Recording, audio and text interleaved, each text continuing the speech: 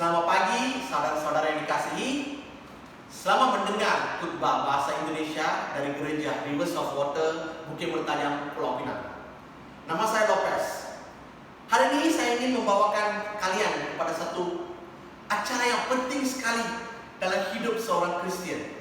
Saya percaya beberapa hari ini kita pasti mendengar kedua perkataan ini, yaitu Jumat Agung dan Paskah. Sebagai seorang Kristen, Jumat Agung dan Paskah ini adalah acara yang memang penting sekali, karena ia merupakan asas kepada kepercayaan Kristen di seluruh dunia, dan ia merupakan asas kepada bertumbuhnya ajaran Kristen ini.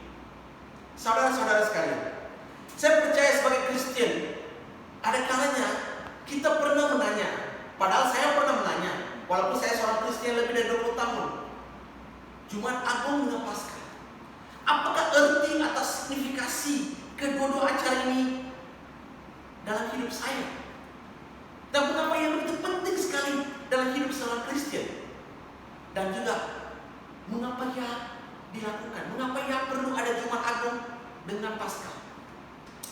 Jadi pada hari ini ingin saya membuka mata hati saudara-saudari sekalian untuk mengetahui lebih mendalam apakah arti Jumat Agung dengan Paskah dalam hidup kita. Apakah yang bisa kita memahami lebih mendalam? Saya percaya terdapat begitu banyak pendeta di luar yang bisa membawa berbagai-bagai tajuk tentang Paskah, tentang Jumat Agung. Namun hari ini saya ingin membawa kepada asasnya. Mengapa berlaku? Mengapa Yesus Kristus perlu disalibkan? Mengapa beliau perlu bangkit? Apakah yang telah berlaku? Karena Tuhan perlu menghantar anaknya ke dunia kita ini. Saudara-saudari sekalian, sebelum kita mendalami, mari kita memahami daripada firman Tuhan apa yang telah berlaku. Marilah kita, kalau saudara-saudari sekalian sekarang mempunyai Alkitab di tangan atau di sebelah Anda, bukalah kepada firman Tuhan Kejadian pasal 3. Kejadian pasal 3. Kalau kita baca daripada ayat pertama ke ayat ke-15, kita akan memahami bahwa Adam dengan Hawa telah melakukan kesilapan. Apakah kesilapan itu? Karena memakan buah yang dilarang oleh Tuhan. Di dalam seluruh taman Eden itu, Tuhan telah menyatakan kepada Adam dengan Hawa, makanlah semua di sini kecuali daripada pokok ini.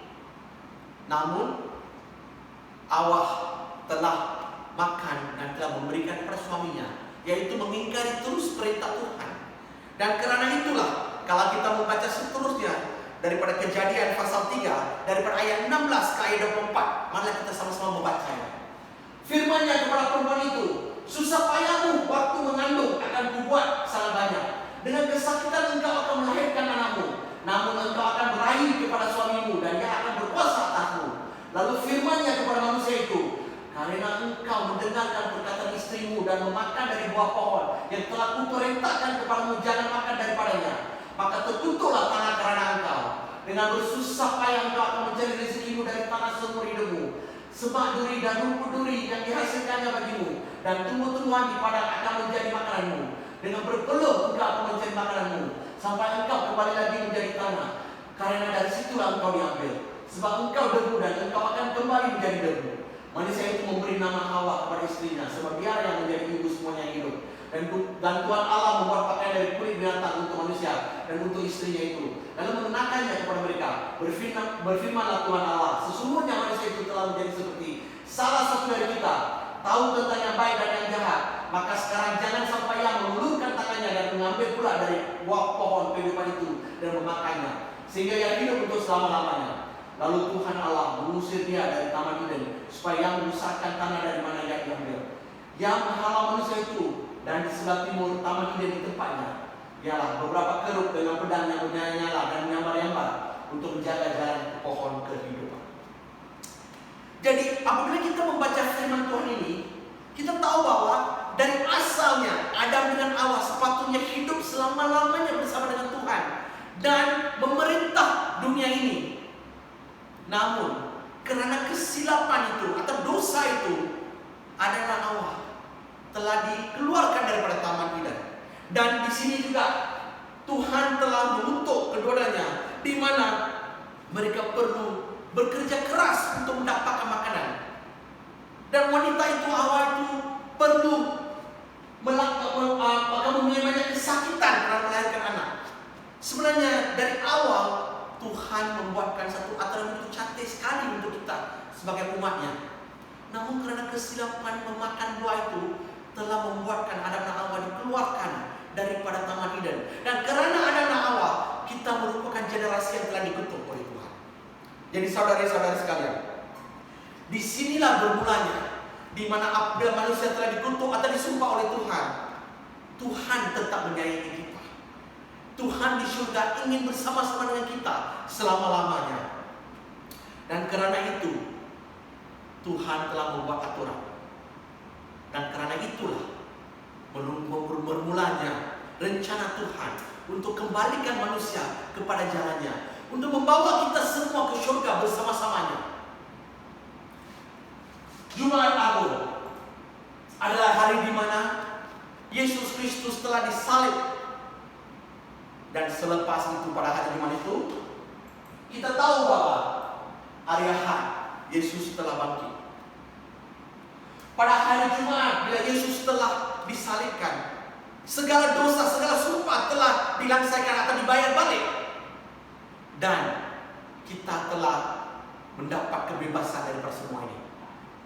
Dan pada hari Ahadnya, apabila Yesus Kristus telah bangkit daripada mati, apabila Yesus Kristus telah bangkit, kita mendapat kebebasan dan kita dapat hidup selama-lamanya bersama Tuhan di surga. Saudara-saudara sekalian, ini merupakan cerita pendek ya, daripada segala yang berlaku, daripada kejadian sehingga Tuhan Yesus telah disalibkan. Saya meringkaskannya supaya kita memahami mengapa perlu ada Paskah, mengapa perlu ada Jumat Agung. Namun pada hari ini saya ingin membawa saudara-saudari yang sekalian untuk memahami bahwa kematian Yesus ataupun Yesus Kristus yang telah disalibkan itu membawa makna yang begitu pribadi kepada kita semua. Karena kita telah bebas. Namun kita bebas dari apa? Ya, apa yang kita telah bebas? Saya tetap mengalami masalah di dalam hidup saya. Masih ada banyak penyakit yang berlaku di antara orang Kristen. Masih lagi banyak orang yang butuh keuangan. Padahal waktu ini kita tahu bahwa penyakit coronavirus COVID-19 telah menakutkan dunia ini. Banyak negara yang begitu takut pada penyakit ini, sakit coronavirus ini, wabah ini. Padahal di Malaysia sekarang kita masih lagi di dalam lockdown atau kita diberikan perintah berkurung di rumah. Tetapi hari ini kita menyatakan bahwa kita telah bebas daripada dosa kita. Kita bebas daripada segala penyakit dan kita bebas dan bisa hidup selama-lamanya karena Yesus Kristus. Saudara-saudara sekalian, ingin saya menyatakan bahwa pada waktu-waktu gini yang kita merasakan waktu yang paling sulit sekali, Yesus Kristus masih lagi hidup, masih bersama kita. Jadi hari ini saya ingin menyampaikan 3 perkara penting daripada Paskah dan Jumat Agung yang bisa kita gunakan dalam hidup kita. Yang pertama sekali, saya ingin menyatakan bahwa kita bebas daripada sumpah atau kutuk Tuhan. Firman Tuhan dari Galatia pasal 3 ayat 13 dengan begitu jelas sekali menyatakan bahwa Kristus telah menebus kita dari kutuk hukum Taurat dengan jalan menjadi kutuk karena kita. So ada tertulis, terkutuk orang yang digantung pada kayu salib. Saudara-saudara sekalian, kita adalah keturunan yang dikutuk.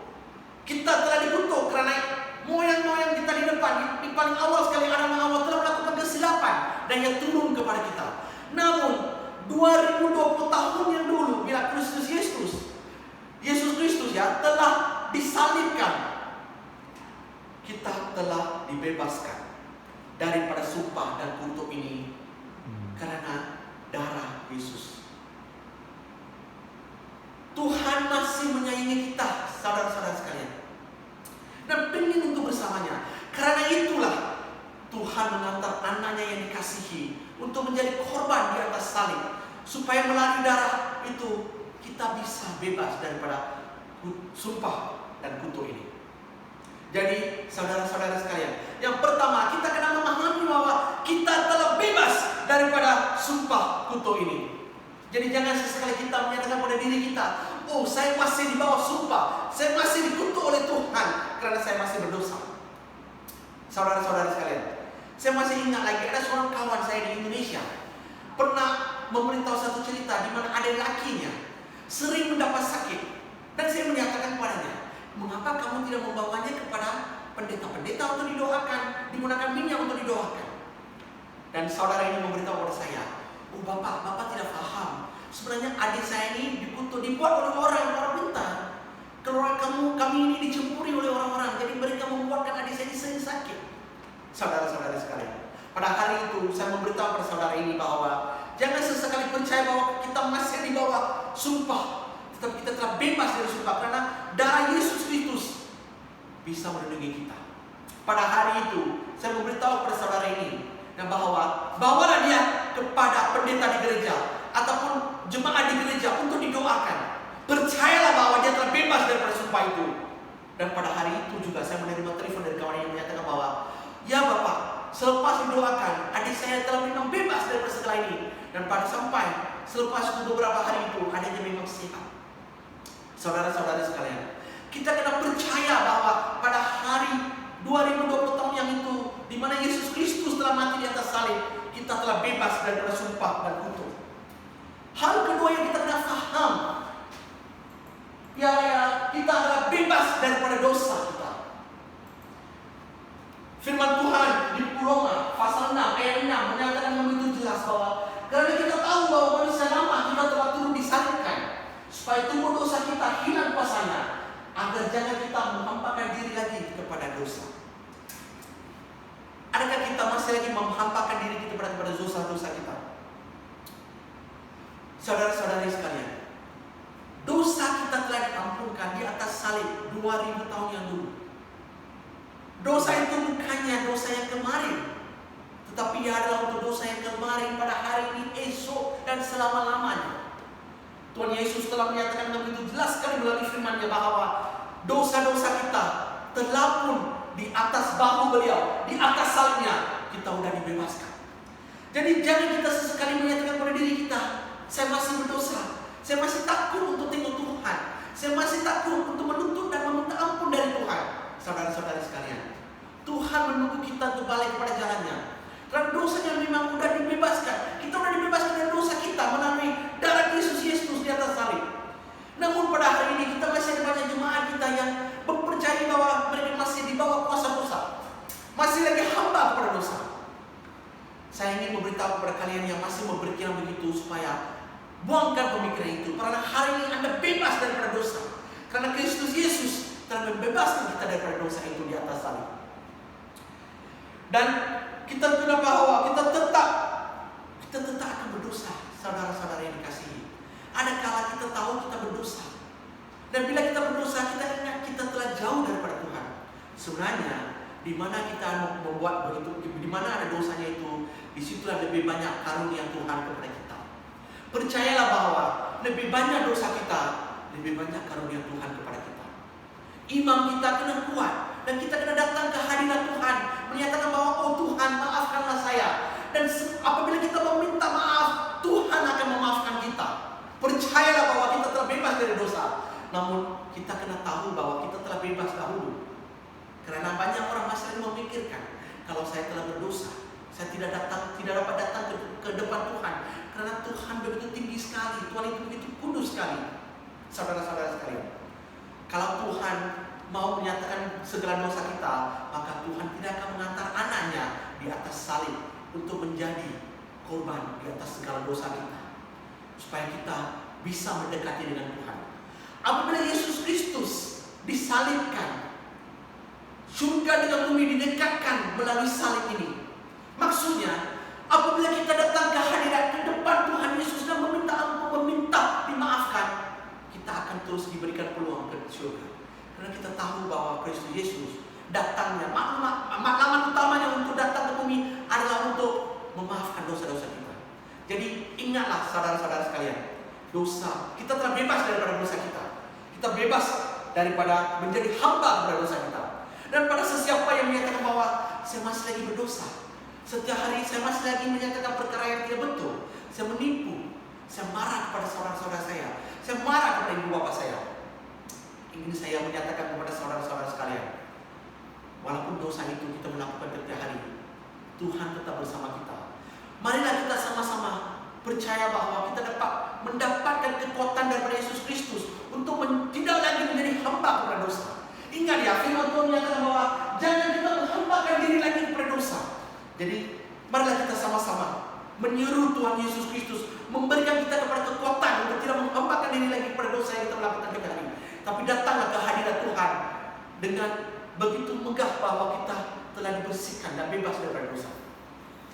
Dan akhir kali ini saya menyatakan bahwa kita telah bebas dari ketakutan. Firman Tuhan melalui 2 Timotius pasal 1 ayat 7 menyatakan bahwa sebab Allah memberikan kepada kita bukan roh ketakutan, melainkan roh yang membangkitkan kekuatan, kasih, dan ketertiban. Dan juga di firman Roma pasal 8 ayat 31-32 menyatakan bahwa sebab itu apakah yang akan kita katakan tentang semuanya itu? Jika Allah di pihak kita, siapa yang akan melawan kita? Ia yang tidak menyayangkan anak-anaknya sendiri, tetapi yang menyerahkannya bagi kita semua. Bagaimana mungkin ia tidak mengaruniakan segala sesuatu kepada kita bersama-sama dengan Dia? Saudara-saudara yang dikasihi,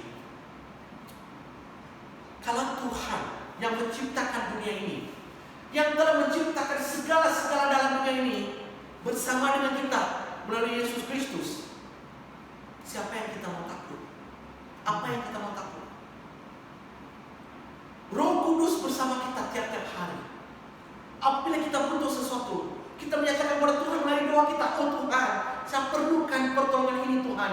Saya serahkan kepada kamu, karena kamu memiliki semuanya di dalam dunia ini. Dan Tuhan yang telah menyerahkan anaknya, anak kesayangannya untuk menjadi korban di atas salib itu, pasti akan memberikan kita yang terbaik dalam hidup kita. Dalam Mazmur pasal 23 ayat 4 ada menyatakan dengan begitu jelas sekali ya oleh Nabi Daud ya.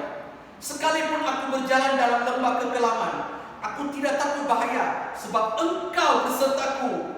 Godamu dan tongkatmu itulah menghibur aku.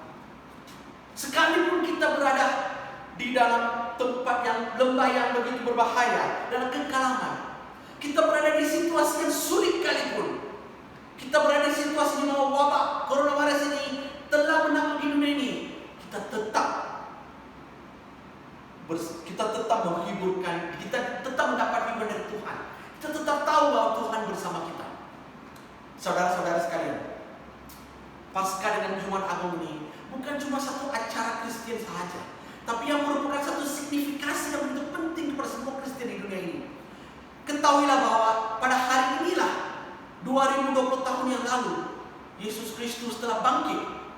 Beliau telah disalibkan 2 hari dulu dan telah berbangkit pada hari Ahad itu. Dan pada hari itulah kita tahu bahwa kita telah bebas dari segala sumpah, segala dosa, dan kita juga bebas dari segala ketakutan. Karena kita tahu Tuhan yang mencipta dunia ini bersama-sama dengan kita. Tuhan yang akan memberikan segala-galanya dalam hidup kita. Dan percayalah, segala yang baik, segala yang bagus yang Tuhan aturkan untuk kita akan kita dapati bila kita balik kepada jalan Tuhan. Saudara-saudara yang dikasihi, sebelum saya mengakhiri apa yang ingin saya sampaikan pada saudara-saudara pada hari ini, saya ingin membawakan ada satu perkataan yang ini saya dapati dari online ya. Paskah adalah satu perkataan yang begitu cantik, di mana yang menyatakan bahwa pasti aku selamat karena Allahku hidup. Allah kita tidak mati. Yesus tidak mati pada Jumat itu, pada telah bangkit pada Ahadnya. Selepas 2 hari, Yesus Kristus telah bangkit dan datang bersama-sama dengan kita. Pada hari ini kita dapat melihat begitu banyak mukjizat yang dilakukan oleh Roh Kudus. Kita dapat begitu banyak mukjizat yang dilakukan oleh Yesus Kristus. Pengikut-pengikut Kristen di seluruh dunia mendapat mukjizat karena Yesus masih hidup. Jadi percayalah bahwa pada hari ini Yesus masih hidup dan bersama-sama dengan kita. Segala kesulitan, segala masalah yang kita hadapi bisa diharui bersama-sama dengan Yesus Kristus. Jadi saudara-saudara sekalian, marilah kita pada hari ini, mungkin Anda tidak pergi ke gereja, mungkin Anda masih berada di rumah, namun ambillah waktu ini, bersyukurlah kepada Tuhan di surga, karena memberikan kita Yesus Kristus dan memberikan kita kebebasan dari segala galanya. Mari kita tutup mata kita dan berterima kasih. Oh Tuhan, saya berterima kasih karena hari ini dapat mendalami lebih dalam tentang apakah artinya Paskah dan Jumat Agung. Dan kami berterima kasih karena sekali lagi kami diberi peluang untuk bersama-sama kamu di surga Tuhan. Kami tahu melalui Yesus Kristus, karena pengorbanannya di atas salib telah memberikan kita peluang untuk bersama-sama kepada Tuhan yang telah menciptakan kita. Kami berterima kasih dan bersyukur, dan kami ingin menyampaikan hari-hari kami yang berikutnya di tangan Tuhan. Dan kami percaya bahwa Roh Kudus akan membimbing kami dalam segala halnya. Apabila kami menyerahkan hidup kami kepada Tuhan, kami tahu kami akan mendapatkan yang terbaik. Dan kami berterima kasih Tuhan. Di atas nama Yesus Kristus kami berdoa. Amin.